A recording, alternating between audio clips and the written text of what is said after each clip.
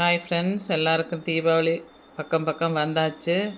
எங்கள் ராஜாவும் பாருங்கள் எப்படி வீட்டுக்குள்ளே தாங்க என் நேரமும் யார் என்ன சொன்னாலும் கேட்குறது இல்லைங்க. ராஜா மட்டும் அடங்கவே மாட்டேங்குதுங்க. ராஜா பாருங்கள், மற்றவங்கெல்லாம் எங்கே படுத்துருக்குறாங்கன்னு பாருங்கள்.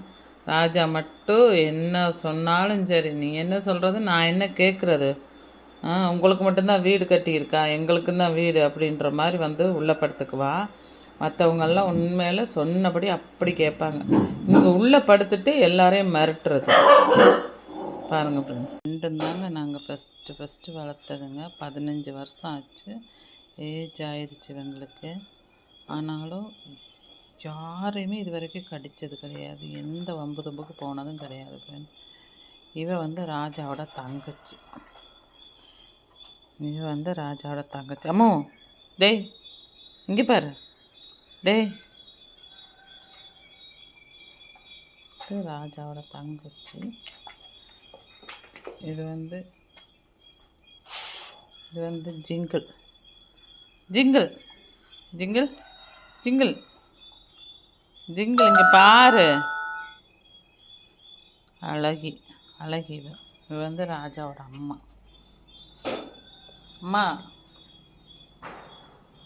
பாரு, நீங்கள் ராஜாவோட அம்மாவா? இல்லை வந்துட்டு சேட்டை, சரியான சேட்டை ஃப்ரெண்ட்ஸ். என்ன சொன்னாலும் ராஜா ரெண்டு பேரும் அடங்குறதே இல்லை. காலையில் வாக்கிங் போனால் அங்கே வாக்கிங் போகிற நான் நாளைக்கு வீடியோ எடுத்து போட்டுக்கிறேன். காலையில் 5 மணிக்கு வாக்கிங் போகும்போது அங்கே இருக்கிற பப்பி ஒன்று இருக்கிறா, சுப்பிரமணியன்ட்டு. அவள் பார்த்திங்கன்னா என்னைய வந்து லேட்டாக வாக்கிங் போயிட்டான்னா அப்படி அழுகிறது. எனக்கு போய் அந்த சீஸாக பிடிச்சி வச்சுருப்பாள். அதில் நான் ஃபஸ்ட்டு எக்ஸசைஸ் பண்ணுவேன்னா அதனால ஃபஸ்ட்டு பிடிச்சி வச்சுக்குவான். எப்படி உட்காந்து பார்த்துட்ருக்கணும், அடங்காது. ராஜாவுக்கு எப்போவுமே என் கூடவே உரசணுங்க. பாருங்களேன், ராஜா எங்கூட உரசிட்டே இருக்கணும் எப்போவுமே, எவ்ரி டைம் உரசிக்கிட்டே இருக்கணும். அங்கே போய் வேறு நிற்குதுங்க.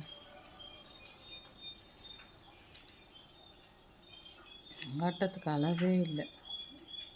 பசி வந்துருச்சு அவன் காலையில்.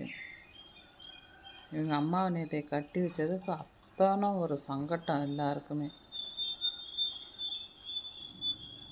சும்மா ஜாலிக்கு கட்டி வச்சு பார்த்தோம் என்ன பண்ணுறாங்க. நம்மோ டாடி குட் மார்னிங் சொல்லு.